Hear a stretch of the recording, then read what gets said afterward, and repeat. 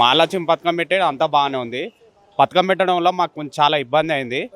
మాకు ఇట్లా కొంచెం ఆర్థికంగా కొంచెం సాయం చేస్తే బాగుంటుందని మేమంతా ప్రార్థిస్తున్నాం. ఇంకొకటి ఇలా కాకుండా ఓలా అని, ఊబర్ అని, రాపిడో అని ఇవి అన్నీ ప్రైవేట్వి. ఈ ప్రైవేట్ అన్నీ తీసేసి గవర్నమెంట్కి వెళ్ళి ఒక యాప్ తీసుకొస్తే గవర్నమెంట్కి ఇన్కమ్ ఉంటుంది, మాకు కొంచెం ఎక్కువ ఇన్కమ్ ఉంటుంది. ఊబర్ రాపిడో వల్ల ఏమైందంటే ఒక ఆటో డ్రైవరు ఒక సంవత్సరానికి ₹1,00,000 కడుతున్నాడు. ఎలా కడుతున్నాడు అంటే చెప్తా చూడు. 10 రైడ్లు చేస్తే రోజుకు 300 కట్టాలి. రోజుకు 300 అంటే నువ్వు 1 ఇయర్ 12 నెలలు వేసుకున్నా దాదాపు ₹1,00,000 కడుతున్నావు అని. దానివల్ల ఎవరికి బెనిఫిట్ ఉంది? ప్రజలకు బెనిఫిట్ లేదు, మాకు డ్రైవర్లకు బెనిఫిట్. వాడు ఒక యాప్ తయారు చేసిండు. ఆ యాప్కి ఏముంటుంది? ఏం ఖర్చు ఉండదు.